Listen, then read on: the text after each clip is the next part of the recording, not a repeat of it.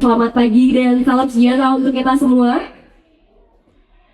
Puji dan syukur kita panjatkan kehadirat Tuhan Yang Maha Esa, karena berkat rahmat-Nya kita dapat berkumpul bersama dalam acara menakar ketangguhan fiskal dan ekonomi Bincang APBN. Bersama dengan Pantau dan juga komunitas Pantau APBN. Yang terhormat Bapak Riki Setiawan selaku CEO dari Pantau. Yang terhormat narasumber luar biasa kita pada hari ini, Bapak Kamarusmat, anggota DPR RI Komisi 11, dan juga Bapak Fahrul Fulvian, Ketua Ekonom Trimegah Sekuritas Indonesia, serta hadirin yang berbahagia pada acara hari ini. Tak kenal maka tak sayang, maka izinkan saya memperkenalkan diri dengan sebuah pantun. Tapi kali ini saya mau cakepnya diganti jadi cantik. Bisa? Iya, tolong dibantu ya teman-teman semua ya. Pergi ke pasar membeli delima. Kurang semangat ini kayaknya. Saya ulang, pergi ke pasar membeli delima. Singgah sebentar membeli pepaya.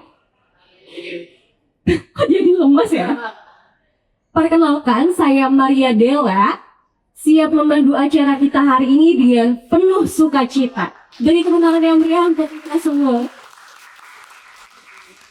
Oke, baik teman-teman, mungkin kita semua sudah melihat banyaknya perkembangan menarik terkait kondisi ekonomi Indonesia saat ini, khususnya di tengah tantangan global yang makin hari makin gonjang-ganjing aja nih kita rasakan. Nah, tapi di sisi lain kita juga melihat adanya indikator ekonomi Indonesia yang semakin hari semakin berkembang cukup positif. Nah, hari ini kita berkesempatan untuk membedah lebih dalam lagi bersama dua narasumber luar biasa kita yang sudah hadir pada hari ini. Saya undang ke depan kepada Bapak Kamarusmat dan juga Bapak Fahrul, silakan untuk menemani saya di depan. Silakan Bapak. Nah, kita awali dengan pertanyaannya santai dulu nih buat Pak Fahrul terlebih dahulu nih Pak. Kalau menurut Bapak ini sebagai pakar ekonom, bagaimana Pak pandangan Bapak terhadap ekonomi Indonesia saat ini Pak? Dan juga global, secara globalnya bagaimana? Silakan. Iya, makasih Mbak. Jadi kalau mau kita lihat ya soal kondisi ekonomi Indonesia, ini fenomenanya menarik. Data ekonomi kemarin itu di kuartal 1 menunjukkan pertumbuhan yang signifikan, 5,6%. Terlepas dari kontroversi yang muncul. Tapi yang menariknya ya, di tengah kinerja dan angka-angka ini membaik, kok feelingnya tidak bisa terlalu feeling so good. Itu yang kejadian ini. Kondisinya membaik, angkanya bagus, tapi perasaannya kok ini kayaknya ya saya merasa angka yang bagus ini belum tentu akan sebagus itu juga di kuartal 2 dan kuartal 3. Ini yang kita katakan sebagai fenomena diskoneksi antara angka dan perasaan. Itu yang aku lihat sedang terjadi di Indonesia sekarang. Angkanya bagus, fundamental baik. Ya, mungkin kalau untuk masyarakat fundamental ini mungkin tidak bisa dilihat hanya dari angka pertumbuhan ekonomi ya, tapi kita harus lihat dari ketersediaan bahan pokok, ketersediaan BBM ya, walaupun bahan harga BBM-nya ada pertamaxnya naik, tapi di tengah gejolak minyak kemarin, kita tidak pernah mengalami shortage yang luar biasa seperti Filipina atau Australia. Itu adalah bukti daripada sebuah komitmen dari pemerintah untuk menjaga, tapi itu dia masalahnya Mbak. Kondisinya itu sebenarnya berhasil dipertahankan bagus, tapi mood dan feelingnya nggak bagus. Ini yang aku rasa bisa menjadi sebuah diskusi yang penting untuk kita lakukan, karena kita sama-sama tahu ya, seringkali memang dalam kehidupan ini angka saja tidak cukup, tapi bagaimana kita bisa memaknai angka tersebut, memaknai kondisi yang baik, sehingga nanti ekspektasi yang bagus itu bisa kita pertahankan lagi, kira-kira. Oke, baik. Menarik banget nih. Pak Fahrul ini menilai teman-teman bahwa kita lihat pertumbuhan ekonomi kita ini sudah cukup bagus, cuma emang ada rasa feeling good yang masih kurang aja ya Pak ya? Iya, agak masih kurang karena semuanya masih ragu. Kuartal 1 ini bagus, tapi apakah ini bisa dipertahankan lagi ke depannya? Karena di satu sisi ya kalau kita boleh sedikit membahas, salah satu isunya adalah di tengah perbaikan ekonomi yang lagi kejadian, pemerintah melakukan banyak reform. Benar, tapi reform yang terjadi itu banyak sekali, itu cepat sekali, all of sudden, yang membuat pelaku-pelaku ekonomi ini bingung. Nah, itu Oke, yang harus betul. ya, Oke, kalau saya mau kita sepakat. kasih contohkan ya, kayak kebijakan perpajakan. Bagaimana itu UMKM yang tiba-tiba yang biasanya pajak 0,5%-nya itu apa namanya ya insentifnya sudah berbeda. Lalu juga bagaimana dengan DSI, ini yang saya lihat isu-isu yang terlalu banyak, terlalu cepat dalam satu waktu, itu membuat yang harusnya datanya bagus, itu orang merasa oke, datanya bagus sekarang, lalu so what next? Ini yang saya rasa harus kita jawab ini. So what next-nya ini apa? Karena seringkali ekonomi itu bukan soal angka juga, tapi soal bagaimana optimisme dan kepastian bisa terbang. Oke, betul. Gini Pak, sebelum kita masuk lebih dalam lagi nih Pak, tadi kan Bapak sempat menyinggung soal optimisme ya Pak, ya, yang harus kita terapkan. Kalau dari Bapak sendiri sebagai pakar ekonomi menilainya bagaimana Pak? Apakah masyarakat sekarang harus benar-benar optimis bahwa ekonomi Indonesia ini akan terus berkembang dan meningkat? Ya, kalau nature-nya ya banyak riset juga yang bilang Indonesia ini salah satu negara yang paling optimis ini yang. Jadi kalau soal optimisme rakyat Indonesia, saya tidak ragu sebenarnya. Yang harus dibahas setelah ini adalah bagaimana mentranslasikan optimisme yang memang sudah menjadi nature bangsa kita menjadi suatu hal itu yang benar-benar berguna, yang benar-benar bisa translate menjadi kesejahteraan. Ini yang aku lihat menjadi PR dari pemerintah di kondisi sekarang. Karena seringkali kebijakan yang baik saja tidak cukup. Yang dibutuhkan itu adalah pengertian dan seluruh stakeholder dari kebijakan itu bisa mengerti kebijakan itu dengan baik.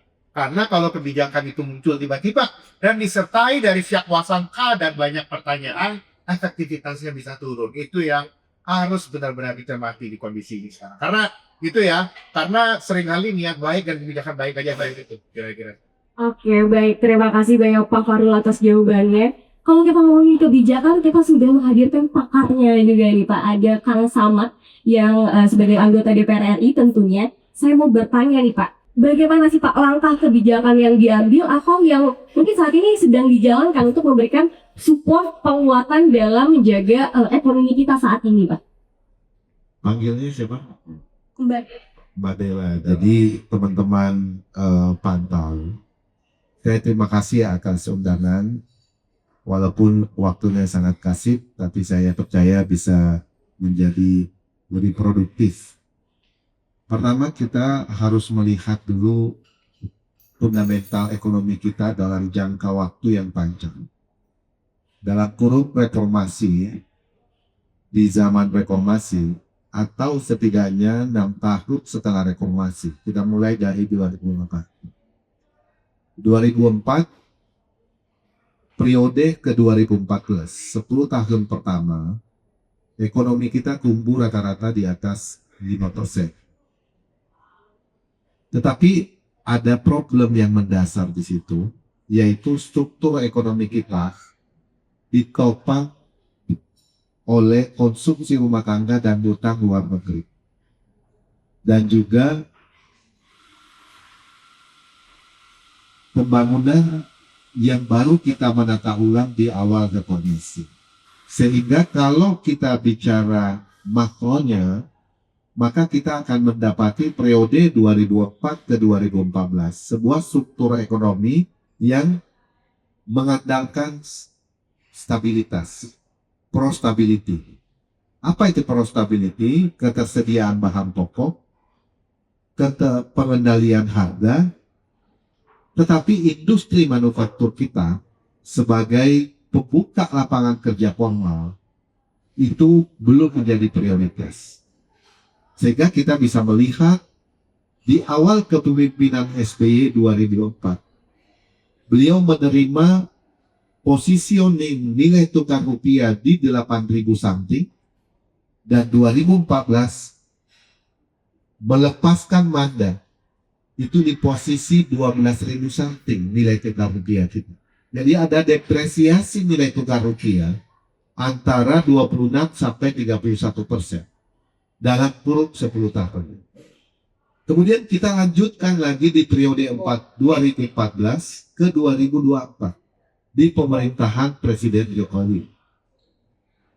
Ada kemajuan dengan mendorong terbangunnya kawasan ekonomi khusus yang biasa disebut dengan super prioritas. Ada 25 kawasan ekonomi khusus yang mulai dibangun. Mulai dari Batam, Mandalika, Likupa, kemudian terakhir Rempang. Dan beberapa di Banten, di Jawa Barat, dan seterusnya. Dalam rangka apa? Dalam rangka mendorong adanya industri manufaktur kita. Karena kontribusi industri manufaktur terhadap struktur ekonomi kita itu jauh lebih rendah daripada konsumsi rumah tangga. Ini yang membuat lemah. Karena itu, Bapak dan Ibu sekalian, dimulailah di 10 tahun pertama dengan membangun infrastruktur supaya konektivitas antara kawasan industri, produk UMKM yang ada di Tasik, di Subang, bisa terakselerasi lebih efisien sampai ke jalur ekspor, yaitu di pelabuhan-pelabuhan untuk produk komoditi ekspor kita.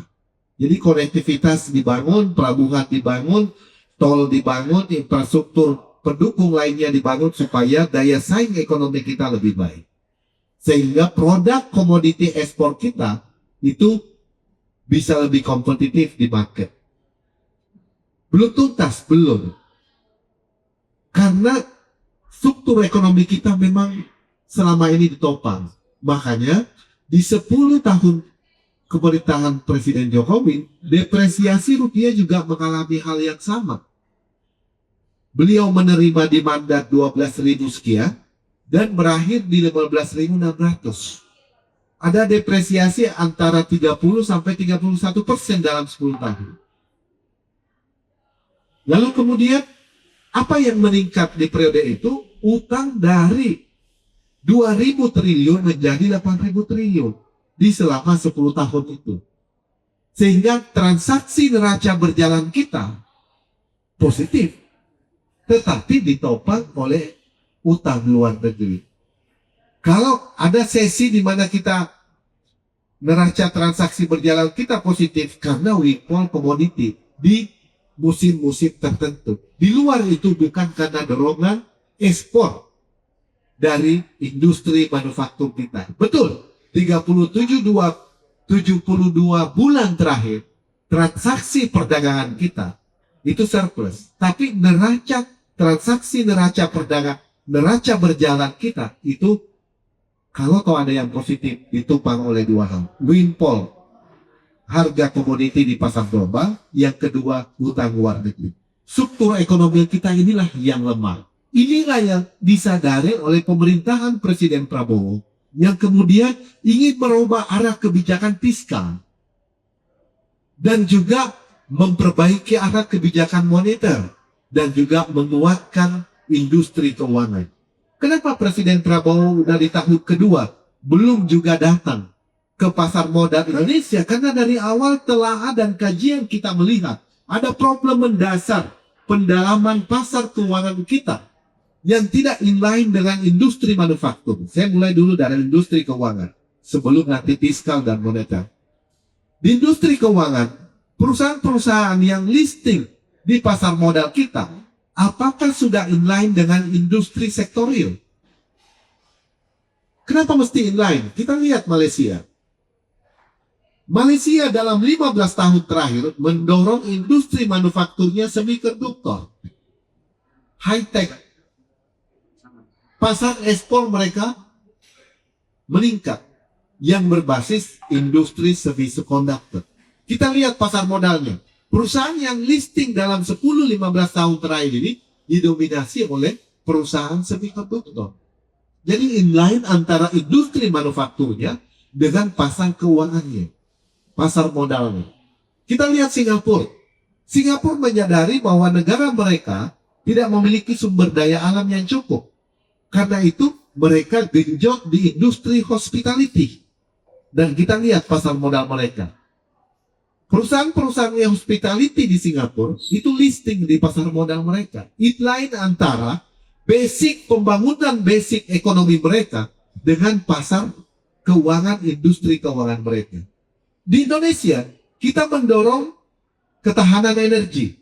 Kita mendorong ketahanan pangan. Apakah perusahaan-perusahaan tersebut yang listing dalam 5-10 tahun terakhir ini adalah perusahaan yang lain dengan arah kebijakan pembangunan kenal kita? Kita bisa evaluasi bersama. Inilah yang mau diperbaiki karena industri keuangan kita ada, selain ada problem tata kelola, transparansi dan akuntabilitas, juga ada keterpaduan antara arah pembangunan nasional, industri nasional dengan pasar keuangan kita. Itu satu. Yang kedua, kita lihat arah kebijakan fiskal. Di dua dekade terakhir, kita mengeluh di parlemen. Kenapa? Karena belanja APBN kita rata-rata di kuartal kedua di tahun berjalan. Bahkan ada di kuartal ketiga. Misalnya, PKD atau DAK fisik. DAK fisik yang ditransfer ke mereka perlu waktu, tender perencanaan, tender pengawas, baru tender pelaksana. Minimal 120 hari, karena ada undang-undang yang mengatur. Itu artinya, kalau diterima di bulan Januari, maka paling cepat bulan Mei, Juni baru bisa terrealisasi. Terus uangnya ditaruh di mana? Didepositokan di bank daerah atau di lembaga-lembaga keuangan, sehingga fungsi APBN sebagai salah satu fungsi distribusi kesejahteraan untuk mendorong pembangunan daerah, pembangunan nasional, itu sudah kehilangan waktu 5-6 bulan di tahun pertama berjalan. Itu harus dirubah. Sehingga banyak sekali belanja pemerintah di masa-masa lalu itu hanya memenuhi target waktu, tidak lagi memenuhi syarat spending better, belanja berkualitas, tepat prosedur, tepat waktu, tepat sasaran, dan tepat manfaat. Tapi bagaimana? Karena 15 Desember kas negara udah tutup. Yuk segera genjot 3 bulan terakhir. Akhirnya berbasis serapan anggaran, bukan berbasis yang saya sebut spending better. Nah, ini yang mau diperbaiki oleh pemerintahan Presiden Prabowo. Karena itu dicetuskanlah program prioritas. Fiskal kita, APBN kita di tahun ini, di minggu pertama Januari, di tanggal 5 Januari 2026, sudah sampai ke pelosok desa melalui program prioritas. Itu yang terjadi. Tidak melalui layer, masuk ke dalam. Nah, memang ada potensi yang harus diawasi di situ kalau penggunaannya, pengelolaannya tidak akuntabel dan tidak transparan. Itu yang menjadi tanggung jawab kita, termasuk civil society dan teman-teman pantau dari seluruh akses jaringannya. Itu baru satu hal. Kedua, penerimaan negara dari sisi fiskal. Kita merasa orang kaya. Orang kaya itu maksudnya negara kita kaya. Karena Indonesia berada di garis khatulistiwa yang hanya menganut 2 musim, hujan dan kemarau. Di 2 musim dua-duanya bisa menanam, di 2 musim dua-duanya bisa panen. Berbeda di negara lain yang menganut 4 musim. Kadang musimnya mereka belum tentu bisa keluar rumah. Kita sepanjang tahun bisa produktif. Berarti kita memiliki kesempatan yang lebih luas. Bagaimana dengan sumber daya alam kita? Luar biasa. Mineral. Di sektor pertambangan, perkebunan, pertanian, perikanan. Luar biasa. Pertanyaannya, berapa besar sumber daya alam tersebut telah membuka lapangan kerja? Berapa banyak dorongan ekonomi yang sudah bergerak dari daerah-daerah? Dan seterusnya, dan berapa penerimaan negara. Kita ambil contoh Maluku Utara yang rata-rata pertumbuhan ekonominya di atas pertumbuhan ekonomi nasional, di atas 10%. Mbak siapa? Mbak Dela. Tetapi angka kemiskinan Maluku Utara tidak signifikan mengalami penurunan. Berarti antara hilirisasi yang digaungkan oleh pemerintah pada masa-masa lalu dengan tingkat kesejahteraan masyarakat di daerah belum tercermin. Ini yang harus diselesaikan. Sampai di situ dulu, Bila. Terima kasih banyak Kang Samad atas jawabannya dan penjelasannya yang cukup detail dan cukup dalam, teman-teman. Nah, tadi kan sempat disinggung Pak soal arus masuk dari pasar modal itu sendiri ya Pak ya. Nah, sebenarnya Pak, gimana Pak? Bagaimana cara pemerintah buat menjaga biaya utang itu tetap efisien dan nggak membebani APBN kita sendiri Pak? Teman-teman sekalian yang saya banggakan, APBN kita itu ruang fiskalnya udah sangat sempit. Karena dengan 8.000 triliun utang kita harus membayar pokok dan bunga setiap tahun yang cukup besar.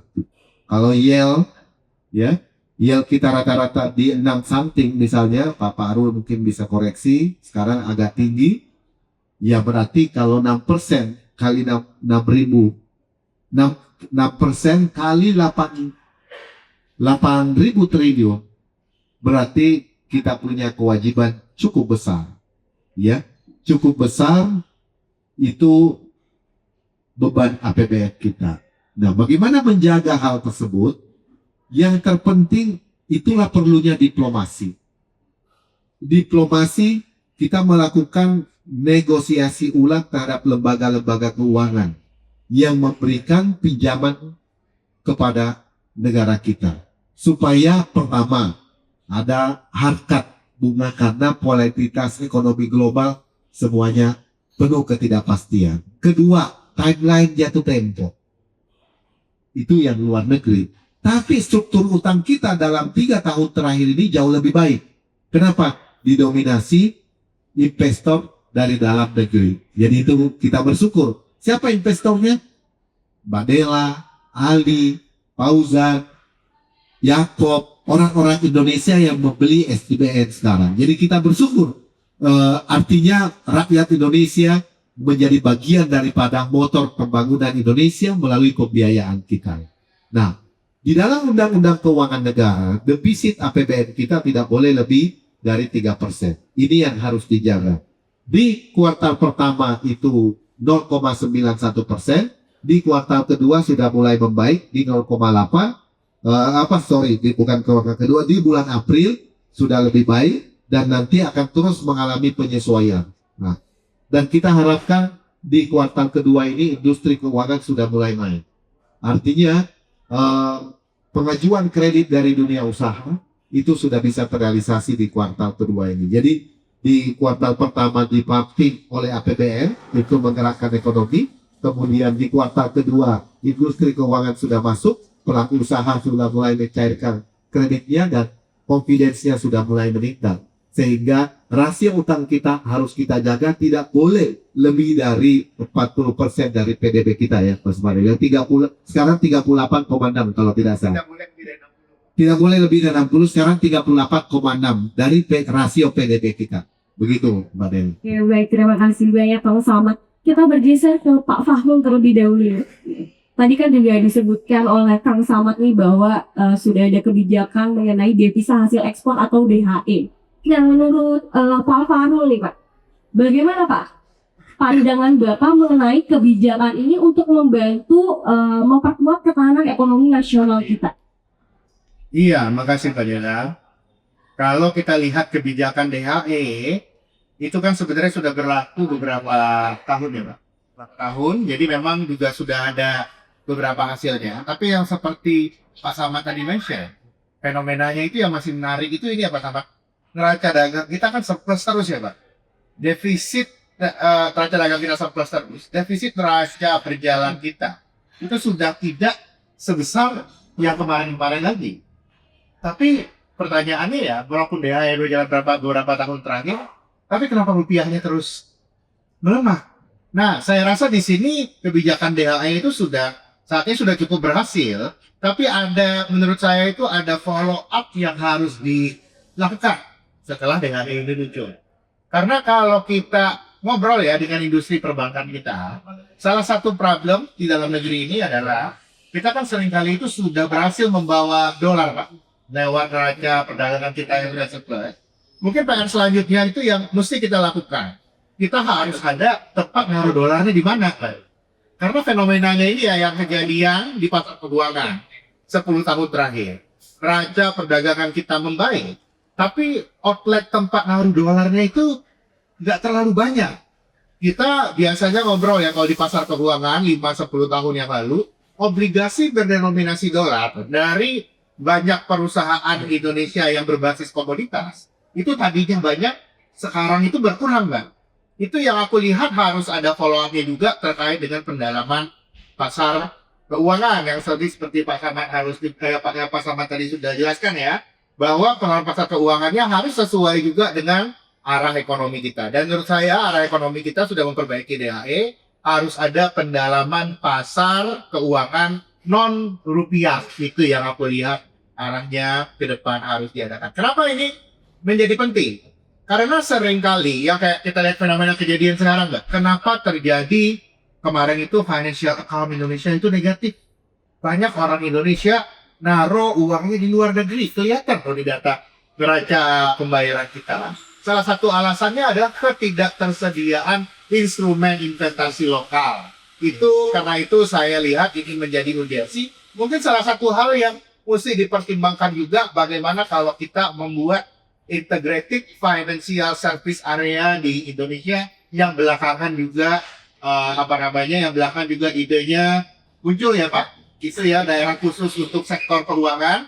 Mungkin di sana kita bisa menjadikan tempat supaya dana dolar hasil DHE yang terkumpul ini bisa kita adakan di dalam negeri. Karena seringkali masalahnya bukan orang Indonesia nggak mau taruhnya uangnya di dalam negeri, tapi masalah ketiadaan outlet. Ini yang aku rasa pemerintah harus aware juga. Jadi setelah kebijakan DSI, DHE dan juga hilirisasi, saya rasa kebijakan sektor keuangannya untuk pendalaman pasar bukan hanya pasar rupiahnya, tapi pasar forex-nya itu harus dilakukan. Kira-kira seperti itu.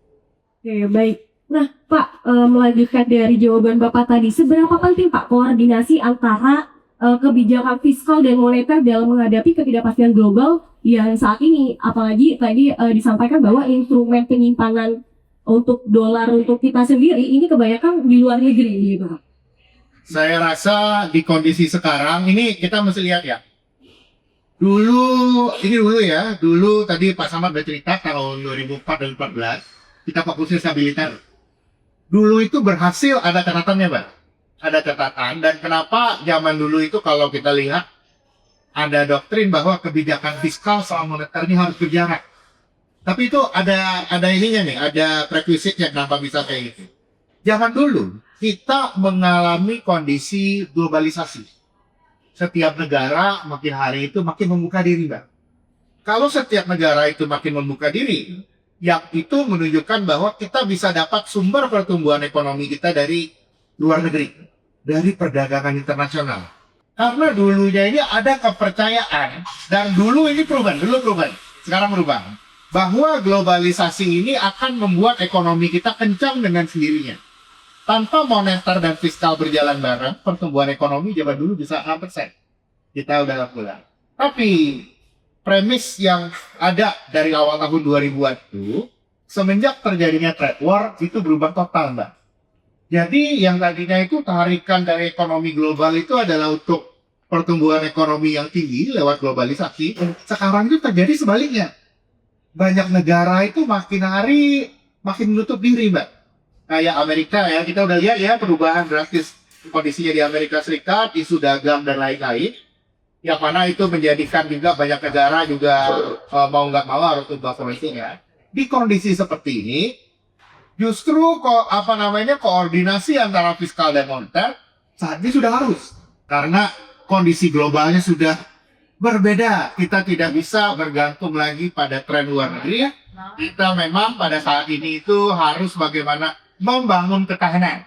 Untuk membangun ketahanan, membangun food security, energy security, kita mau tidak mau harus menggabungkan antara koordinasi fiskal dan moneter. Tapi memang PR terberat dari koordinasi fiskal dan moneter ini adalah mengkomunikasikannya kepada masyarakat dan kepada pasar, dan saya rasa komunikasi ini akan semakin penting.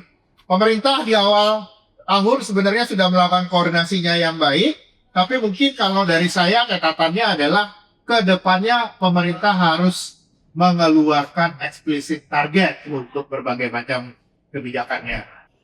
Bagaimana melihat sesuatu itu bisa kita kategorikan berhasil atau enggak? Kita contohkan kebijakan MBG sekarang. Bagaimanakah MBG yang berhasil? Bagaimanakah dapur yang ideal? Itu saya rasa belum terkomunikasikan dengan baik kepada masyarakat. Sehingga fokus yang muncul itu adalah berbagai macam kasus yang kejadian. Padahal kan tidak semua juga kondisi ini berdasarkan pada situasi yang bermasalah. Ini yang aku lihat pemerintah harus improve, harus mengkomunikasikan target dan harus mengkomunikasikan kira-kira sebuah program itu dinyatakan sukses kalau seperti apa. Kalau itu bisa tercapai, maka seluruh stakeholder kebijakan ini masyarakat akan mengerti. Kira-kira seperti itu.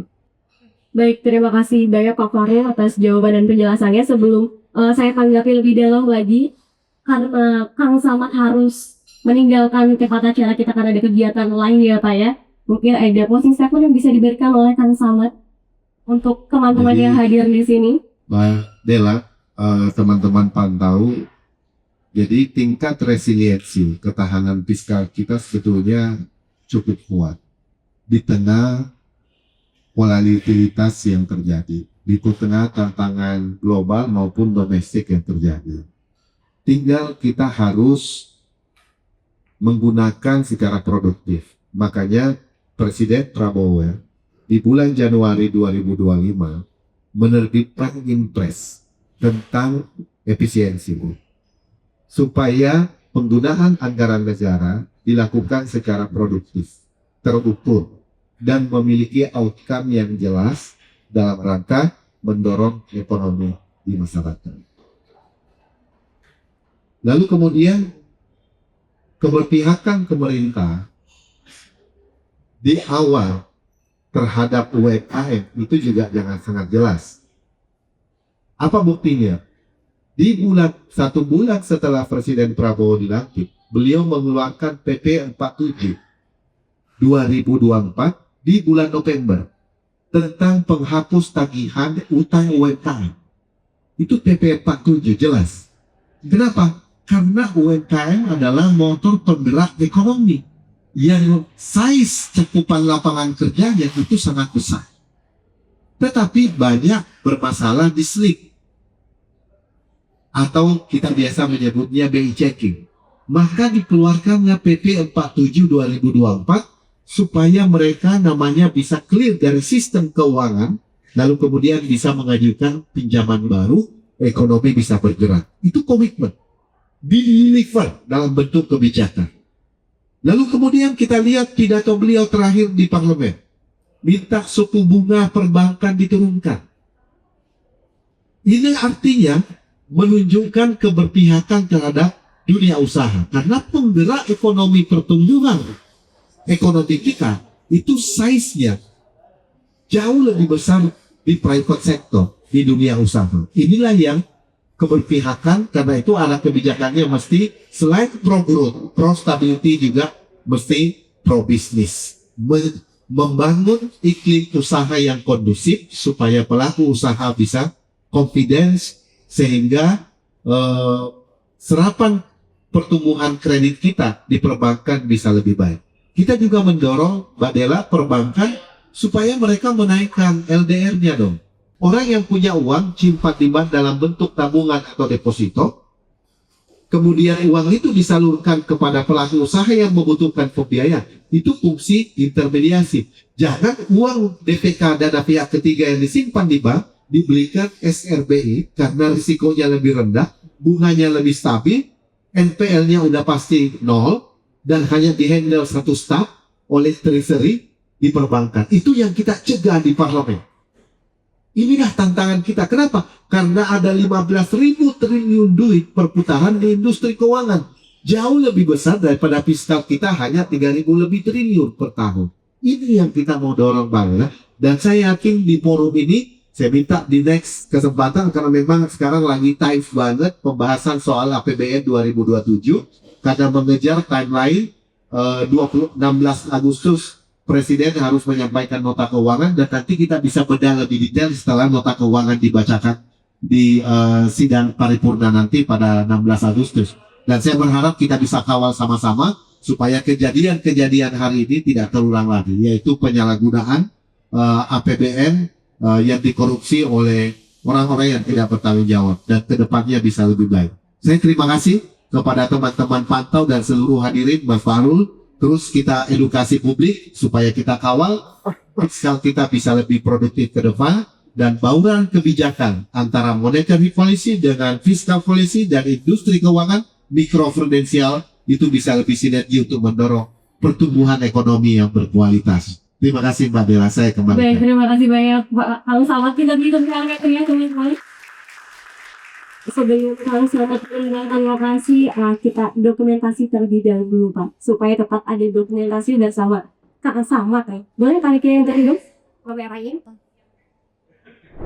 Nah Pak Fahrul, di tengah kondisi sekarang ini biasanya muncul pertanyaan-pertanyaan sederhana dari pemikiran masyarakat nih Pak Fahrul. Kurang lebih pertanyaannya gini Pak Fahrul, masyarakat ini merasa harga kebutuhan pokok ini masih cukup tinggi. Padahal kalau kita lihat indikator ekonomi seperti yang tadi sudah disampaikan oleh Pak Fahrul dan juga Kang Samad sendiri, itu pertumbuhan ekonominya relatif membaik gitu. Jadi menurut Bapak, kondisi seperti ini kenapa Pak bisa terjadi demikian? Iya, kalau mau kita bahas ya, tadi mungkin Kang Samad juga udah lihat juga. Tapi contoh yang tadi belum terbahas itulah terkait ini klasternya. Pertama, orang pada banyak bertanya, angka inflasi Indonesia masih 3%. Tapi kenapa angka hidup saya kayaknya mulai naiknya belasan persen? Satu hal, angka inflasi itu adalah a basket of goods, itu across nation, across, itu di mix up ya, antara kelas menengah atas, kelas menengah bawah, kelas menengah, semuanya itu di mix.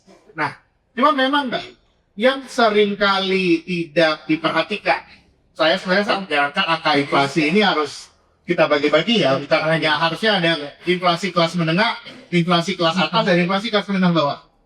Tapi emang faktanya ya, kalau yang aku lihat, kalau seandainya nih kita punya angka inflasi kelas menengah, yang basket of good-nya beda. Yang mungkin masuk di sini angka nilai biaya sekolah swasta, kayak gitu ya, itu naiknya sih udah cepat banget.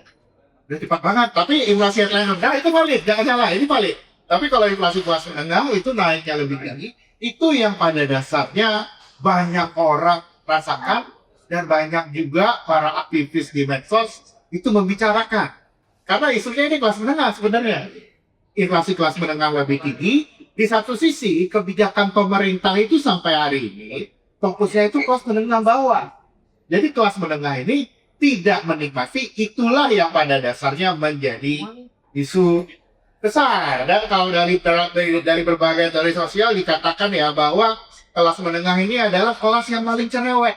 Ini yang pada dasarnya fenomena sedang kita lihat, dan ini pemerintah harus melakukan sesuatu. Nggak mungkin kelas menengah ini selamanya tidak diperhatikan. Kalau saya boleh request ya pada pemerintah, Pak, ini kan kemarin udah ada kenaikan harga Pertamax ya.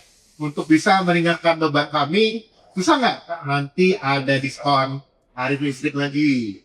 Ya itu ya, kalau mungkin yang kata pendek. Hal yang berikutnya juga harus diperhatikan juga, kelas menengah ini sensitif terhadap kesempatan untuk kerja formal. Tapi kita sama-sama ketahui saat ini zaman sedang berubah. Kerjaan makin hari itu makin banyak gig ekonomi ya dibandingkan kerjaan formal. Nah, tapi gig ekonomi itu hak-hak pekerjanya harus dijamin. Jangan mentang-mentang gara-gara gig ekonomi nggak dapat asuransi kesehatan, nggak dapat BPJS. Nah, ini yang harus aku lihat, itu harus diberikan sebuah statement yang kuat dari pemerintah.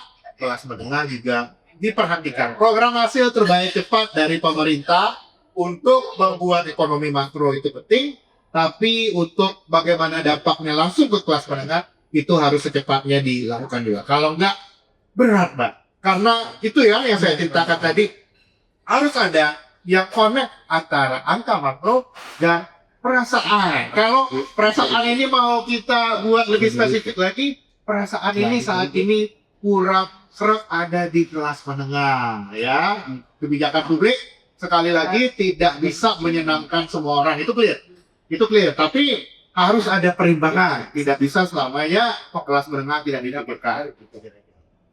Baik Pak Farul, menurut Pak Farul, sektor apa Pak? Sektor ekonomi apa aja yang perlu diperhatikan oleh pemerintah untuk masyarakat menengah ini Pak?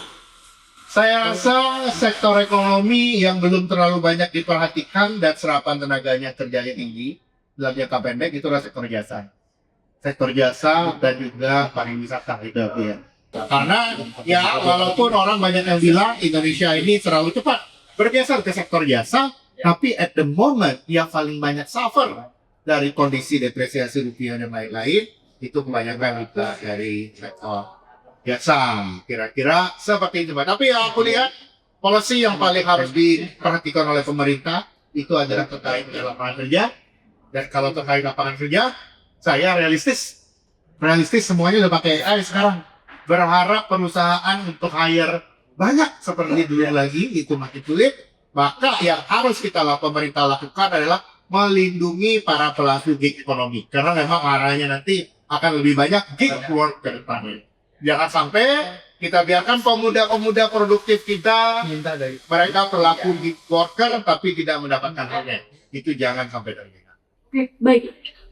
Kalau tadi kan untuk pemerintah nih Mas, nah untuk masyarakat sendiri nih Mas, untuk agen-agen perubahan teman-teman yang masih muda, generasi muda Indonesia ini, apa Mas yang perlu diperhatikan terkait dengan kondisi ekonomi kita pada saat ini, terlebih dalam sektor-sektor yang khususnya dibutuhkan dalam dunia yang dinamis kita saat ini di Indonesia?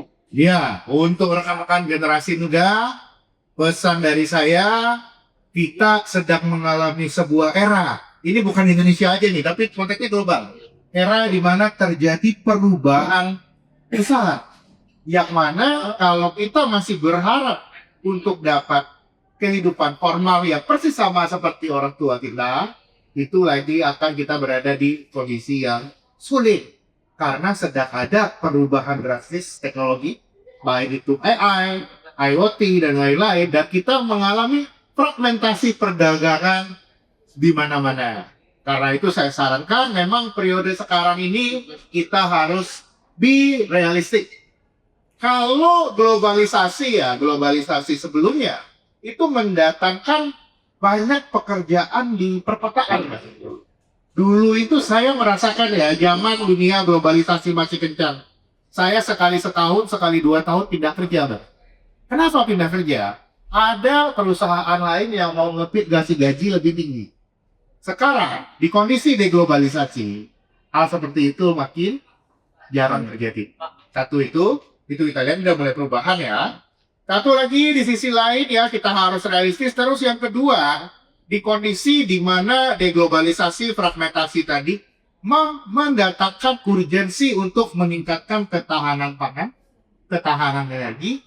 Saya rasa sektor-sektor ekonomi yang terkait dengan ketahanan pangan dan ketahanan energi itu akan menjadi sektor yang sangat seksi ke depannya. Dan menariknya ini, kalau bertahun-tahun, kan tema utamanya urbanisasi ya. Semua orang datang ke Jakarta rame-rame, datang ke Surabaya, Medan, kota besar.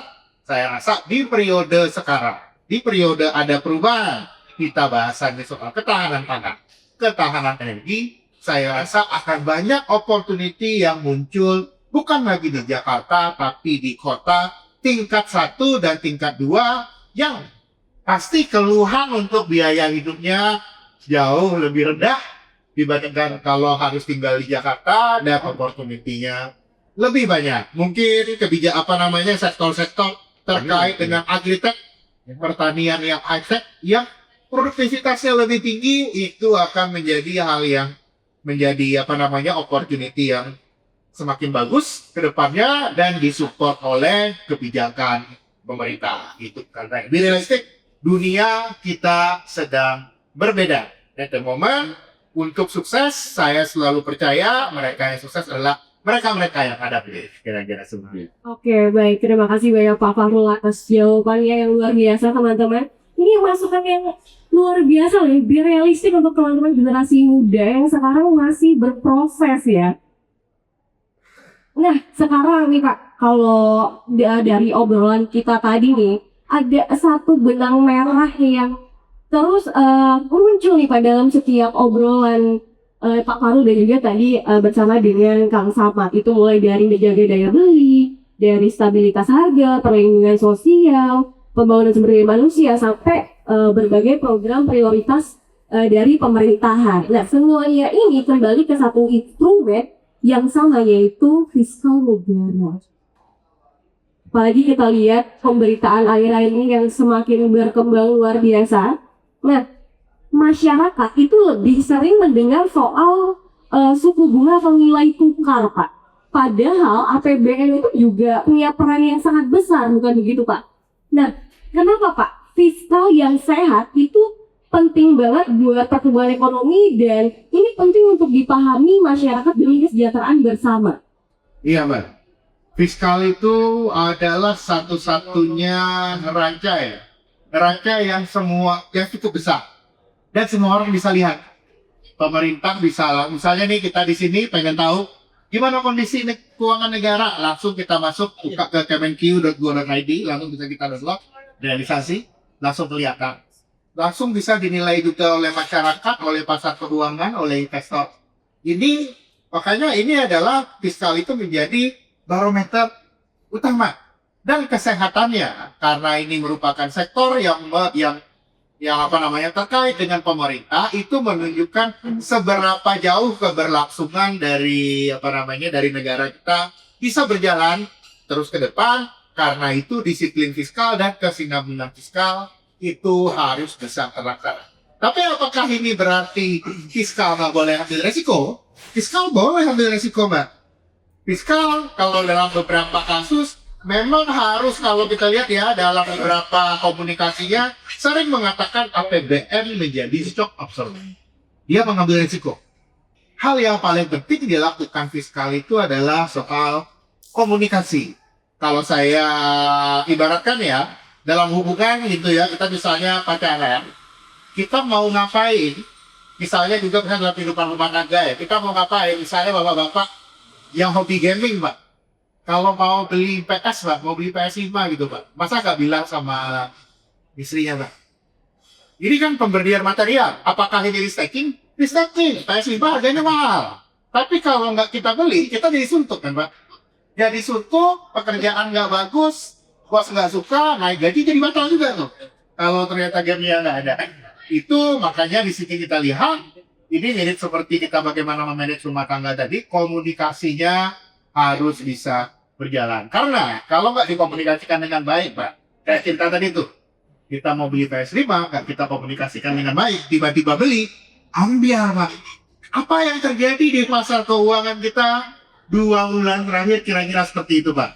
Mirip kalau kita berumah tangga, bapaknya mau beli PS5, nggak bilang-bilang, tiba-tiba ada di rumah, istrinya marah. Nah, kira-kira seperti itu.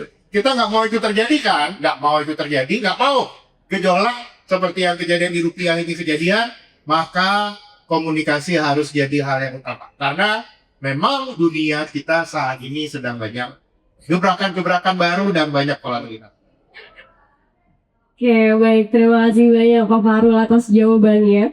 Nah, tadi ada keyword yang saya dapatkan nih, Pak. Shock absorber. Nah, APBN itu kan sering disebut sebagai shock absorber sekaligus tadi ya, Pak ya, sekaligus akselerator gitu. Nah, bisa dijelaskan, Pak, secara sederhana kedua peran tersebut ini bagi masyarakat itu sendiri bagaimana sih, Pak? Iya. Peran APBN sebagai shock absorber seringkali itu penting. Kenapa? Karena dunia kita kan volatile, Mbak. Volatile, misalnya nih, kemarin ada perang, harga minyak sampai 100 lebih. Kalau APBN nggak jadi shock absorber, Mbak, mungkin bisa jadi kemarin harga Pertamax kita udah 20.000 tuh, waktu harga minyak sampai $110. Kalau di situ kita akan membuat warga negara jadi pertanyaan. Jadi di mana Pak negara di sini? Justru ada volatilitas dunia, problem semuanya dikasihkan sama kita. Di sini kita lihat untuk bisa menjaga ketahanan daya beli masyarakat, di sini APBN harus menjadi shock absorber. Karena tidak ada yang kuat untuk menahan shock seperti ini kecuali APBN. Memang kiranya swasta mau nggak?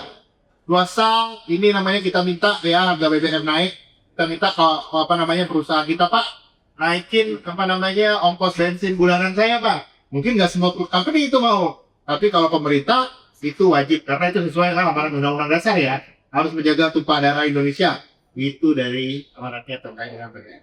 Terkait itu akselerator, kita juga harus aware banyak hal-hal itu nggak bisa dilakukan swasta. Contohnya membangun infrastruktur kan. Hanya untuk membangun infrastruktur itu ya zaman Presiden Jokowi kita harus disupport dari pemerintah. Itu yang bisa lihat sebagai sebuah akselerator. Dan kalau sekarang akseleratornya kita lihat banyak muncul dalam program hasil terbaik cepatnya pemerintah. Kira-kira. Baik, oke. Nah, tadi kan udah dijelasin kalau shock absorber sekaligus akselerator itu memang punya peran yang begitu penting untuk masyarakat nih Pak Farul. Nah, tapi Pak Farul, untuk penting nggak sih untuk menjaga disiplin fiskal itu sendiri, terlebih untuk kepercayaan investor nih Pak, apalagi untuk menjaga stabilitas nasional kita itu sendiri juga gitu. Saya rasa disiplin fiskal Mas itu tidak bisa ditawar, tapi bedakan antara disiplin dan tidak melakukan apa-apa. Nggak ngapa-ngapain itu. Ini misalnya, misalnya itu yang makanya bilang. Misalnya ketika harga minyak tinggi, kita itu juga misalnya waktu 110, harga Pertamaxnya naik, terus tiba-tiba atas nama fiskal disiplin, harga BBM-nya naik. Itu nggak disiplin juga namanya. Kenapa? Karena ada target-target tertentu. Makanya fiskal disiplinnya harus kita lihat secara luas bahwa bahwa fiskal ini APBN itu merespek dan menghormati rules dan aturan-aturan tertentu sesuai dengan undang-undang dan sesuai dengan kepatutan yang ada di pasar keuangan dan juga masyarakat. Karena itu aku lihat fiskal disiplin itu harus dikomunikasikan target. Jadi disiplin itu berarti disiplin terhadap target-target tertentu, disiplin terhadap undang-undang. Tapi tidak boleh terlalu terpaku pada beberapa. Gitu kan. Karena itu di beberapa kasus ekstrim, contohnya zaman COVID, defisit APBN di atas 3%. Zaman COVID ada perpunya Mbak, ada perpunya itu ya. Tapi apakah itu bisa dibilang tidak fiskal disiplin? Fiskal disiplin tetap dilaksanakan dengan target-target yang bagus. Karena itu aku lihat ya di tengah kondisi yang semakin berat ya dari sisi ekonomi global, definisi fiskal disiplin ini harus kita lihat juga dalam kerangka yang lebih lebar juga pada dasarnya. Karena kita harus open dengan berbagai situasi yang ada, tapi disiplin dalam mengkomunikasikan, disiplin dalam target itu tetap harus kita jaga. Kira-kira seperti ini. Oke, baik Pak Farul. Apakah menurut pandangan Pak Farul, pemerintah saat ini sudah menerapkan dan menjalankan disiplin fiskal itu sendiri, Pak? Kalau disiplin fiskal dalam menjaga APBN di bawah 3% sudah dilaksanakan. Kalau menurut saya, layer baru dari disiplin fiskal yang dibutuhkan itu adalah untuk tiap kebijakan besar pemerintah. Disiplinnya itu adalah harus mengkomunikasikan target apa yang hendak dicapai dan kira-kira program A atau program B yang ideal itu tercapainya seperti apa. Misalnya ya yang harus dikomunikasikan pemerintah. Dapur MBG yang ideal itu gimana sih? Udah pernah lihat? Yang mana yang ideal itu pernah dengar? Apakah ada iklan layanan masyarakatnya? Saya belum lihat. Nah, makanya itu harus dikomunikasikan. Mengkomunikasikan key performance indicator, mengkomunikasikan kebijakan pemerintah yang benar, itu penting dilakukan. Sehingga masyarakat mengerti arah pemerintah kemana dan juga masyarakat bisa melakukan langkah korektif. Kalau misalnya Mbak Dela sudah tahu dapur MBG yang benar itu seperti apa, kita tahu kan ya, kalau bisa sudah benar seperti apa. Kalau ada kelihatan di lapangan, wah ini tidak sesuai standar, maka aku lihat itu akan menjadi mekanisme korektif bagi kita. Ini aku lihat belum ada. Jadi disiplin fiskalnya harus diarahkan lebih jauh lagi dikarenakan banyak program baru sekarang. Disiplin fiskalnya termasuk juga dengan mengkomunikasikan KPI dan juga kondisi ideal yang diinginkan dari setiap program, sehingga masyarakat tidak bingung. Kalau bingung itu yang sulit, Mbak. Nah, itu juga ya, karena itu pemerintah harus secara intensif mengkomunikasikan disiplin. Nah, ini dia. Saya bawa lagi ya, contohnya untuk kehidupan sehari-hari. Disiplin itu seringkali kalau kita di kehidupan pribadi, itu kan mengikuti jadwal kita dan mengikuti standar yang sudah kita set sebelumnya. Benar kan? Disiplin bangun pagi, jam 5 pagi dulu. Bangun, sholat subuh. Itu standar yang sudah bikin kan? Kalau kita nggak ikut itu, berarti kita nggak disiplin. Jadi disiplin itu harus selalu muncul dari standar. Nah, untuk pemerintah, saran saya, munculkan standar ini. Standar ini nanti dimunculkan, sehingga nanti kita masyarakat bisa melihat apakah kita benar menjaga kedisiplinan atau tidak. Oke, baik. Terima kasih banyak Pak Farul atas jawaban dan penjelasannya. Ini sebelum kita memasuki sesi tanya jawab nih untuk teman-teman yang hadir di sini. Mau tahu dulu nih Pak Farul, satu alasan singkat nih, kenapa masyarakat Indonesia boleh optimis terhadap ekonomi Indonesia ke depan? Masyarakat Indonesia boleh optimis ya terhadap ekonomi Indonesia ke depan karena ada dua hal. Saya sudah lihat dan ini saya di pasar keuangan dan juga ini kehidupan saya pribadi sudah berkali-kali melihat orang pesimis akan Indonesia, Pak. Saya waktu itu masih SD tahun 98, obrolan TV pada waktu itu udah pada bilang Indonesia akan seperti Yugoslavia, bisa bubar, dan kita buktikan itu salah. Lalu saya kerja di pasar keuangan, 2013 kita dibilang Fragile Five. Dan sekali lagi, kita sudah proof itu salah. Dan habis aku lihat kenapa kita berkali-kali bisa dibuktikan hal tersebut salah, pesimisme tersebut salah. Karena DNA orang Indonesia ini sangat adaptif dengan perubahan.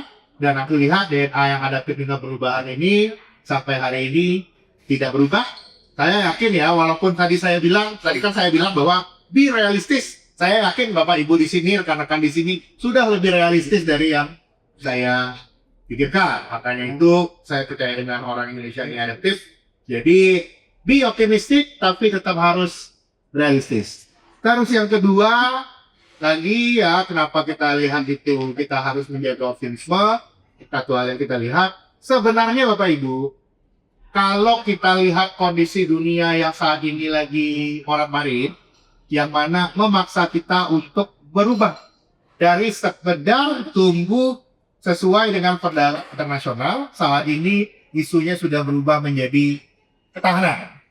Ya, berubah menjadi isu ketahanan, baik itu ketahanan energi, ketahanan pangan, dan lain-lain. Sebenarnya saat ini visi pemerintah kita sudah sesuai dengan perubahan global yang saat ini sedang terjadi. Tapi kalau gitu, seringkali memang walaupun visinya sudah cocok, banyak hal yang mesti dikoreksi memang, Mbak. Nah, itu dia. Supaya bisa optimis, saya sangat menyarankan visinya sudah bagus, kita harus selalu memberikan koreksi, selalu memberikan kritik, memberikan saran, dan mendukung program-program yang sudah yang sudah dicanangkan oleh pemerintah. Karena memang di kondisi saat ini, di kondisi global yang memang mengharuskan kita mereorganisasi semuanya, Mbak. Mereorganisasi cara hidup, pekerjaan. Kaget kan? Kebayang nggak sekarang kerjaan itu paling banyak itu gig ekonomi, Mbak. Kerjaan formal ini, kerjaan kantoran ini nggak akan balik, Mbak. Kebayang kan semuanya bakal diganti. Ini memang menunjukkan ke depannya kita harus lebih mindset yaitu ketahanan. Pemerintah kita arahnya sudah ke sana, tapi memang harus terus-menerus dikoreksi. Dan ini merupakan ya gara-gara juga pemerintah juga masih menerima koreksi, saya melihat itu sebagai alasan untuk kita masih bisa optimis ke depannya. Mungkin itu aja dari saya. Terima kasih Bapak Ibu semuanya. Baik, terima kasih kepada Pak Farul. Kita dari kesempatan mengeluarkan diskusi kita ini akan kurang feeling good, Pak, kalau kita belum mendengar pendapat dan saran dari teman-teman yang hadir di sini. Saya buka sesi tanya jawab, teman-teman. Boleh silakan nanti raise hand, sampaikan nama dan dari mana, lalu kemudian bisa disampaikan pertanyaannya. Saya buka dulu untuk 3 pertanyaan pertama. Juga teman-teman ada yang raise hand? Ya, boleh. Kakak cantik di belakang sana. Kakak panitia boleh dibantu mic-nya? Ya, boleh kenalan dulu, Pak. Oke, sebelumnya perkenalkan saya Aurelia, saya dari ISIP Jakarta, Kakak. Dan Bapak Fakhrul. Yang tadi disampaikan oleh Bapak dan Pak sebelumnya, Pak Somad. Kang Samad ya. Pak, Kang Samad. Pak Somad ya. Tadi kan tentang ekonomi yang terus digenjot oleh Pak Presiden ya, Pak. Tuh.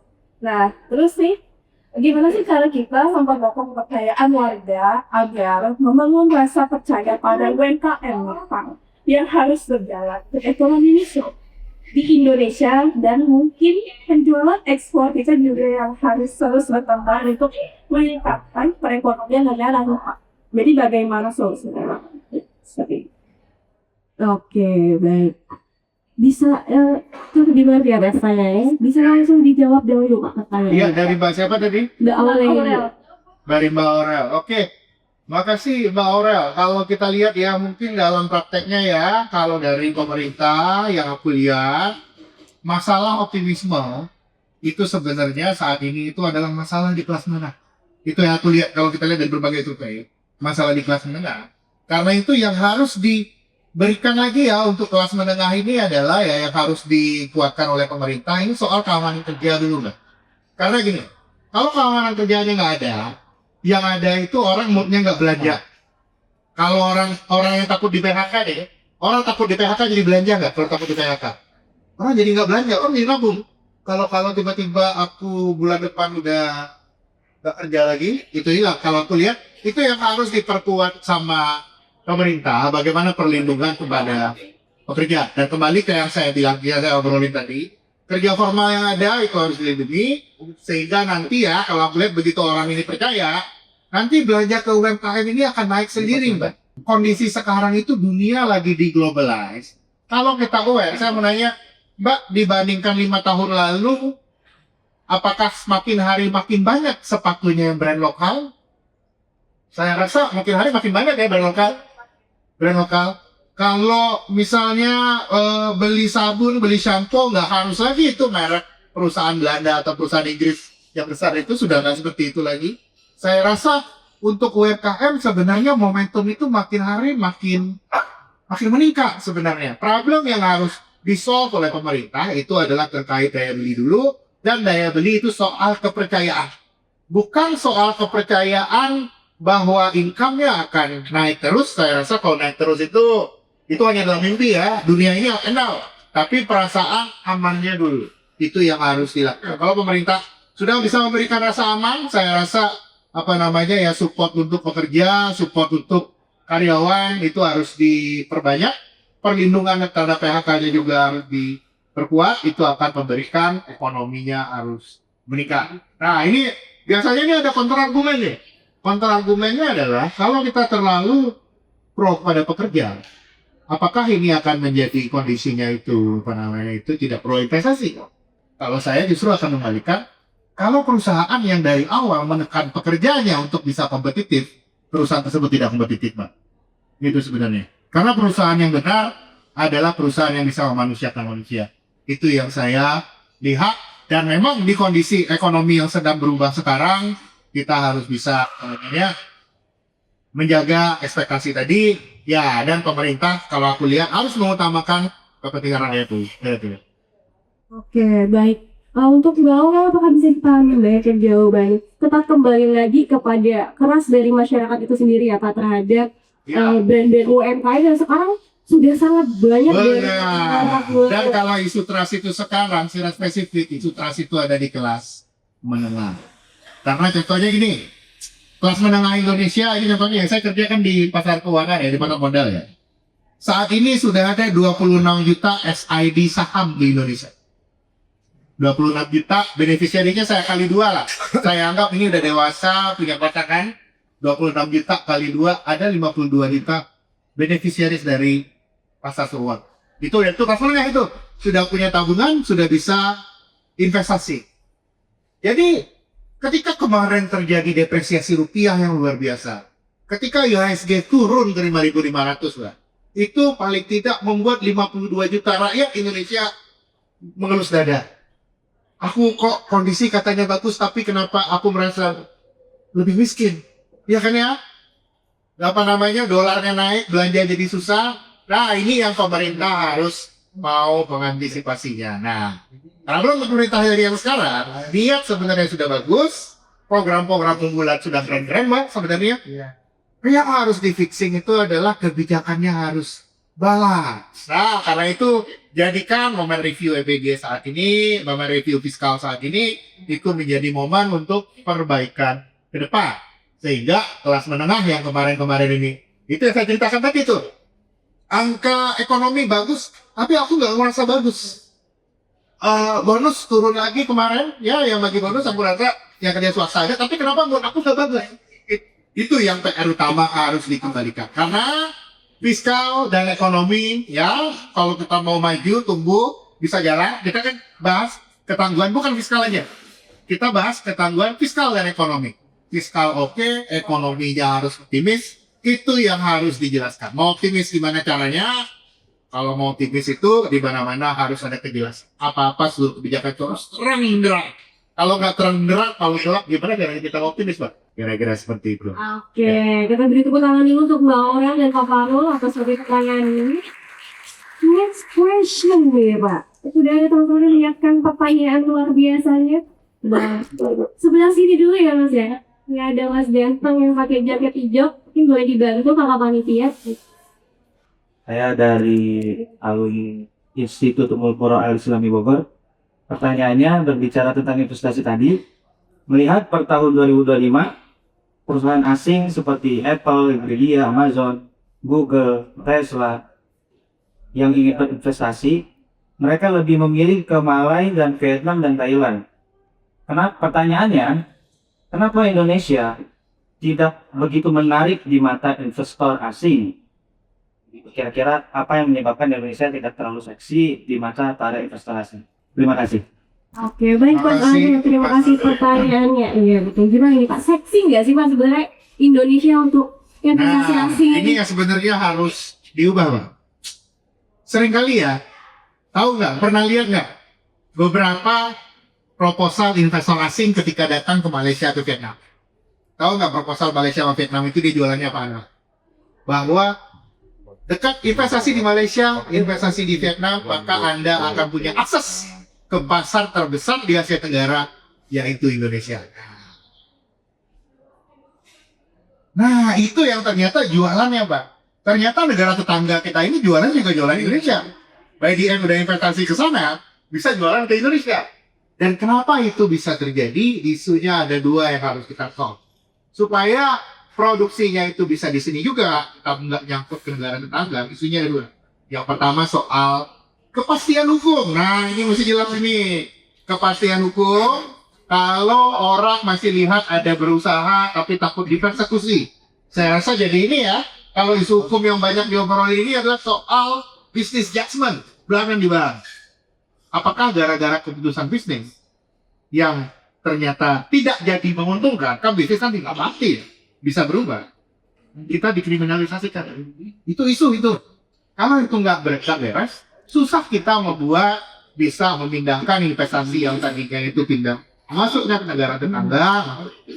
Yang kedua yang paling penting itu adalah seringkali isunya di SDM. Kita bisa mendapatkan SDM yang mumpuni nggak dari Indonesia. Kalau dua hal itu kita didapatkan, itu mudah-mudahan bisa mengubah pandangan tentang Indonesia. Kalau nggak situasinya kayak gitu, Mas. Saya udah lihat itu sering banyak.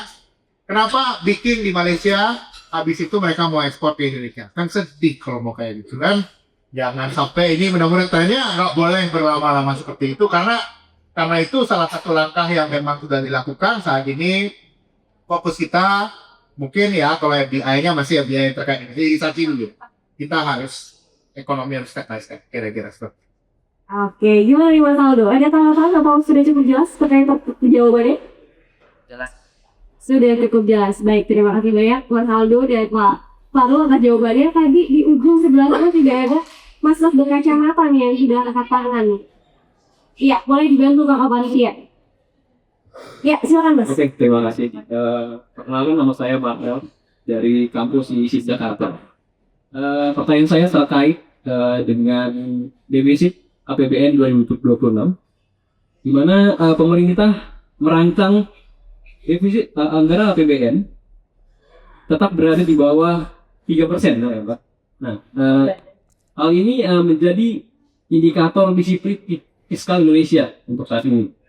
Apakah mempertahankan defisit di bawah 3% saja itu sudah cukup untuk menunjukkan kisah Indonesia tangguh atau ada indikator lain, Pak? Terima kasih. Iya, makasih Mas Marcel. Gimana nih Pak? Ini Fahrul? pertanyaannya menarik dan memang sangat relevan nih di 2026. Kenapa? Karena seperti yang saya ceritakan tadi Mas, kita jangan terpaku sama 3%. Berikutnya kedisiplinan ini adalah sebenarnya kan sesuai nggak kita dengan plan kita. Kalau plannya cuma di bawah 3%, itu saya rasa terlalu sederhana ini sebenarnya. Di tengah banyaknya hal-hal besar yang sedang dilakukan oleh pemerintah saat ini. Ada program besar seperti MBG, ada 3 juta rumah, ada pembangunan sekolah. Saya rasa memang yang ini ya, untuk disiplin itu 3% itu aja nggak cukup. Karena apalagi di banyak program-program besar itu, yang seperti saya ceritakan tadi, yang belum muncul itu adalah bagaimana program ini dianggap sukses. Tercapainya apa? Apakah dapur yang oke, itu dapur yang ada certain standarnya. Luasnya harus sekian, stafnya harus sekian, tiap harinya itu bisa nge-serve sekian, zero defect, nggak ada keracunan. Itu yang harusnya juga dimunculkan sebagai mekanisme dari disiplin fiskal. Kalau itu nggak ada, saya rasa di bawah 3% itu aku lihat indikator yang terlalu sederhana dan itu membuat kebingungan di publik. Kebingungan di publik ini yang menyebabkan aku lihat banyak pushback yang datang dari masyarakat. Bagaimana kita bisa mengapresiasi program yang katanya bagus, tapi kita tidak dijelaskan suksesnya itu seperti apa. Nah, ini harus disampaikan di pemerintah. Jadikan momen review sekarang ini momen untuk berbenah. Karena kalau nggak ada KPI ataupun hal-hal standar yang harus dilakukan, bagaimana caranya kita mau disiplin, Pak?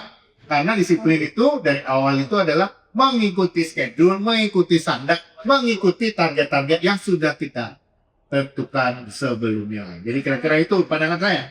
3% terlalu sempit.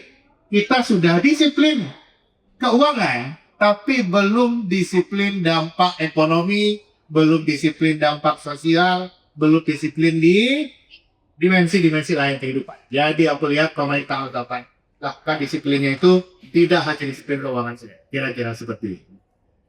Oke, bagaimana Mas Marcel? Oke, sudah cukup. Ini masih ada waktu sedikit lagi nih teman-teman. Mungkin masih ada teman-teman yang punya kegundahan untuk pertanyaan-pertanyaannya. Iya, sudah ada Mas-mas berbaju hitam, boleh kakak dibantu? Wah, rame nggak sekian. Boleh sambil diminum Pak? Selamat siang, Pak Faru, saya Bagus dari ISIS Jakarta. Saya ingin menanyakan upaya yang dilakukan pemerintah. Kenapa? Karena setahu saya yang sudah disampaikan juga sama Pak Haji Kami Musamud, bahwasanya APBN itu sangat sempit, sudah sangat sempit banget ya. Dan dimana kenapa banyak sekarang yang mendemo, banyak sekarang yang membicarakan APBN?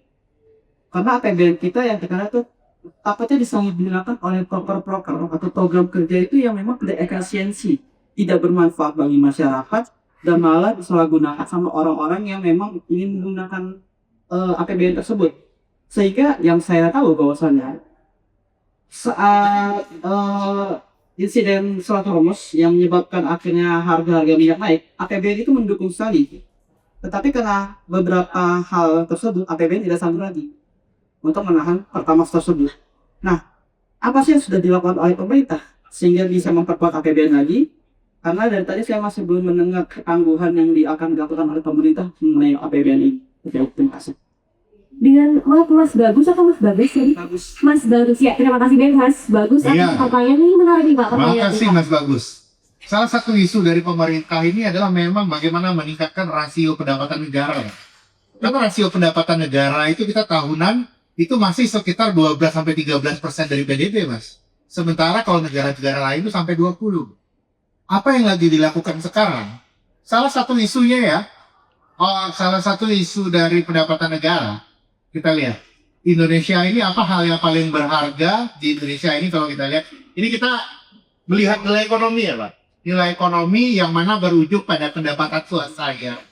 Lalu juga pendapatan negara. Yang paling berharga di Indonesia adalah sumber daya alam ya, Pak. So, ini cara saya sebagai analis memandang ya. Pemerintah saat ini punya pandangan untuk bisa membiayai kegiatan-kegiatan sosial yang akan dilakukan. Maka usaha utamanya itu adalah meningkatkan pendapatan dari sumber daya alam yang bertahun-tahun tingkat compliance-nya itu rendah.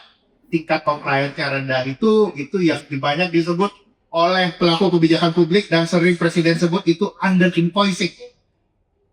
Ya, ini yang menyebabkan ya, ini saya kasih contoh aja. Data BPS-nya Indonesia mencatatkan ekspor batu bara Indonesia ke India itu 4 miliar dolar. Itu catatan BPS-nya Indonesia. Tapi tiba-tiba BPS-nya India, Pak, ini kita cocokin, Pak. BPS-nya India mencatatkan impor batu bara dari Indonesia, bisa tebak angkanya kira-kira berapa? 6,5 miliar US dollar, Pak. Beda 1 tahun itu 2,5 miliar US dollar hanya untuk satu item tadi. Itu berarti kan aneh ya? Berarti ada yang salah nih. BPS-nya India yang salah atau BPS Indonesia yang salah? Atau bisa jadi dua-duanya benar, Pak.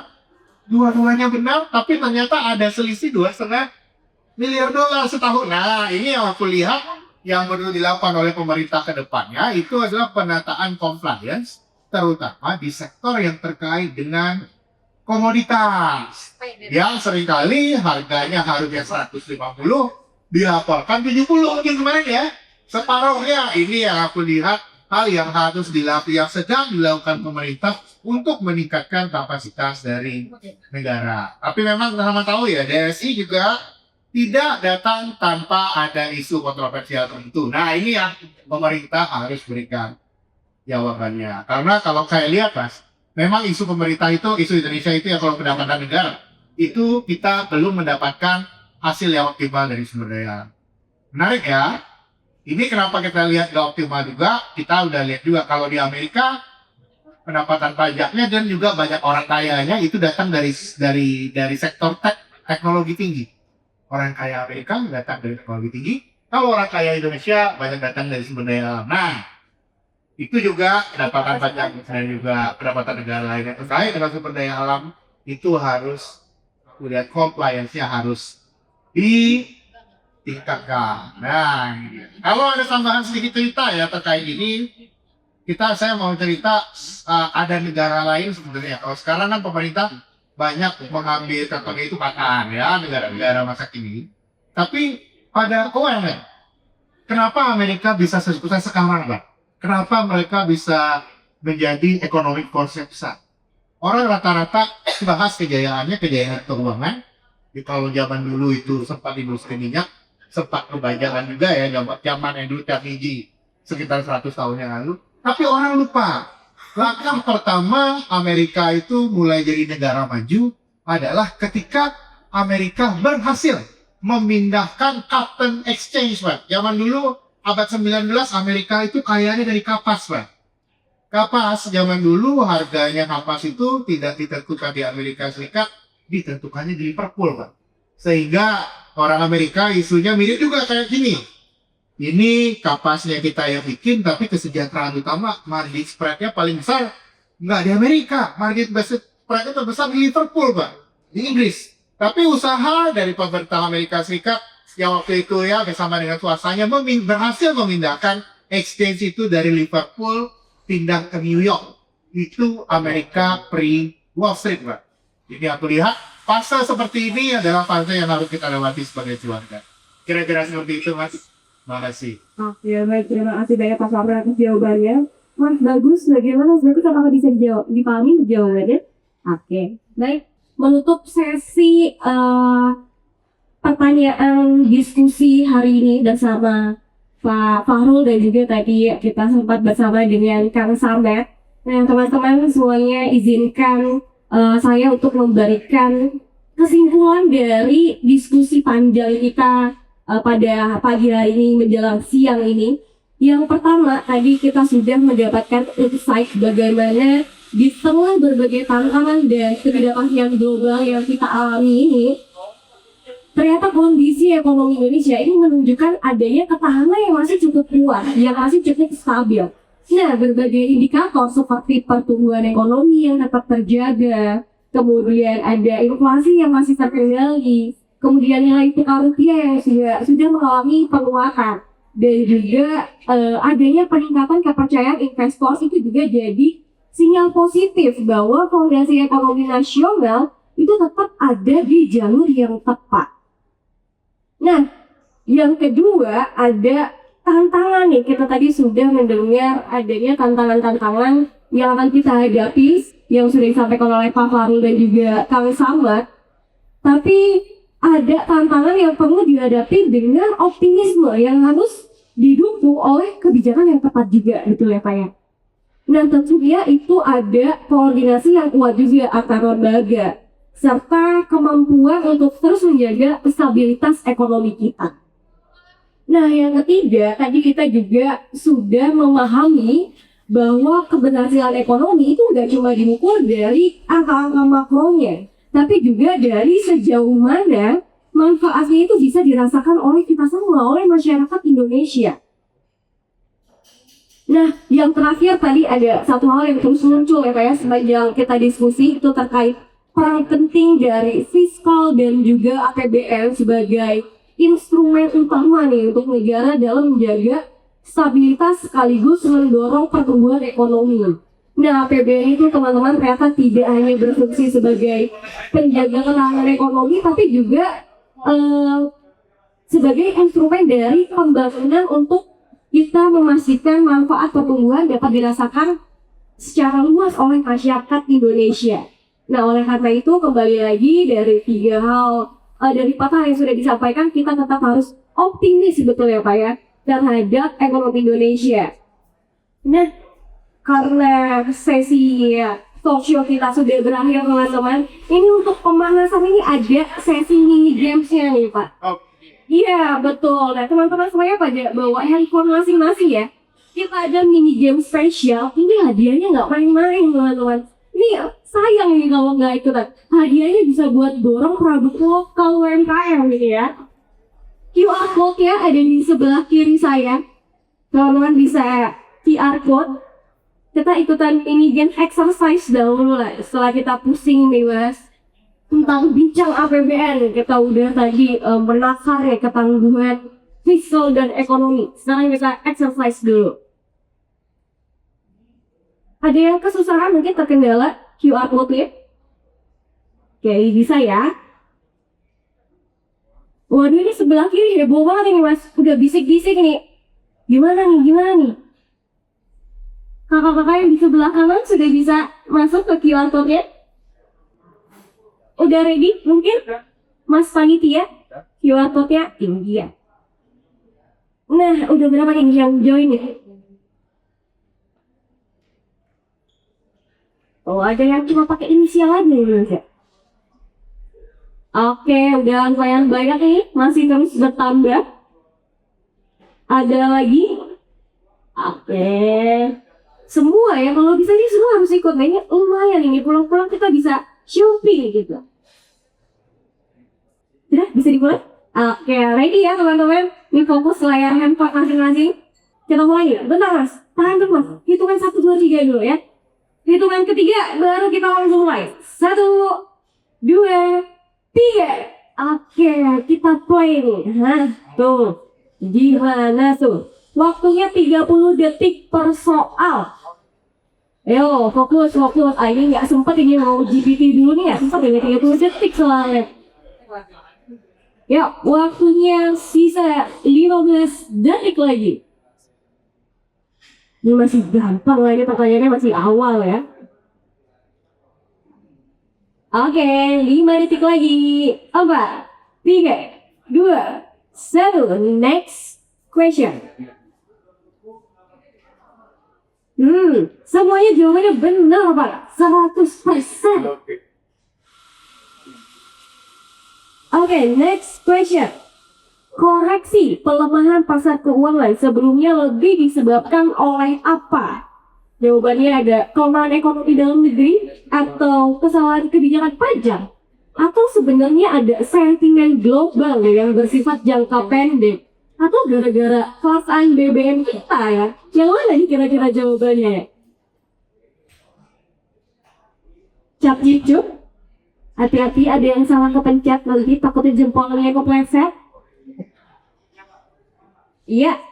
Gimana hasilnya? Masih ada yang salah ya? Gimana nih? Jawabannya adalah sentimen global yang bersifat jangka pendek. Next question. Masuknya kembali modal asing ke pasar surat berharga negara atau SBN ini menunjukkan apa? Apakah kepercayaan terhadap pengelolaan fiskal Indonesia, atau sebenarnya investor kita ini mulai panik ya? Atau pemerintah lagi berhenti berhutang, atau emang ekonomi lagi krisis? Yang mana kira-kira jawabannya? Oke, 96% dari peserta menjawab betul karena kepercayaan terhadap pengelolaan fiskal Indonesia. Ini ada masalah apa yang jawab investor mulai panik nih?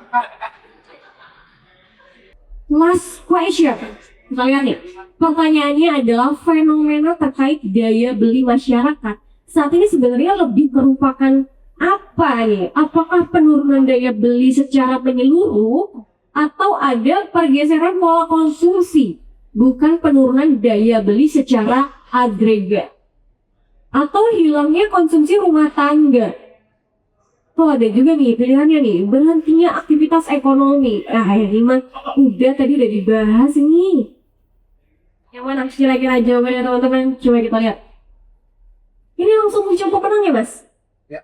Iya, nih. Kita lihat nih, siapa pemenangnya nih? Ada yang udah merasa menang? Oh, Raisen? Boleh Raisen? Oh, Mbak Aure. Kita kasih tepuk tangan dulu teman-teman.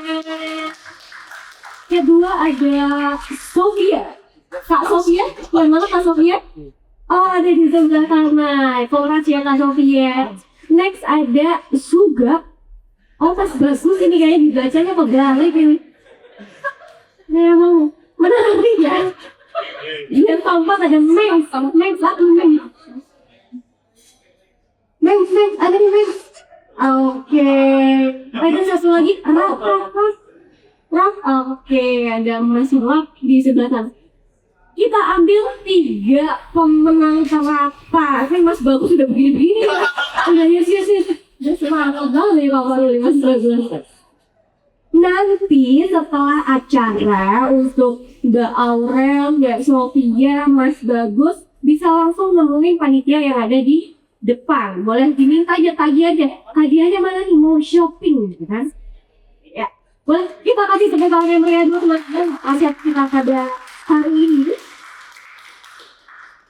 Setelah ini akan kita lakukan pembagian plakat dan foto bersama nanti. Kita tidak lupa ya Pak, dokumentasi itu perlu. Untuk plakat akan diserahkan oleh CEO dari Pantau, Bapak Riki Setiawan. Boleh maju ke depan untuk menyerahkan kepada Pak Tambun. Pak Tambun boleh berdiri.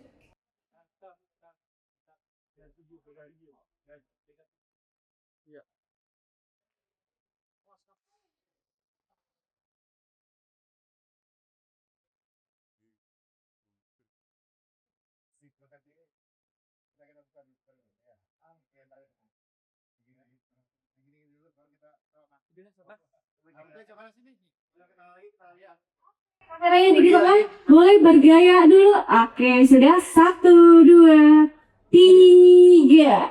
Oke, sekali lagi mungkin 1, 2, 3. Oke, Terima kasih banyak. Terima kasih banyak. Oke, teman-teman. berakhirnya sesi talk show kita pada hari ini tentunya juga mengakhiri acara kita yang bertemakan menakar ketangguhan fiskal dan ekonomi dalam acara Bincang APBN.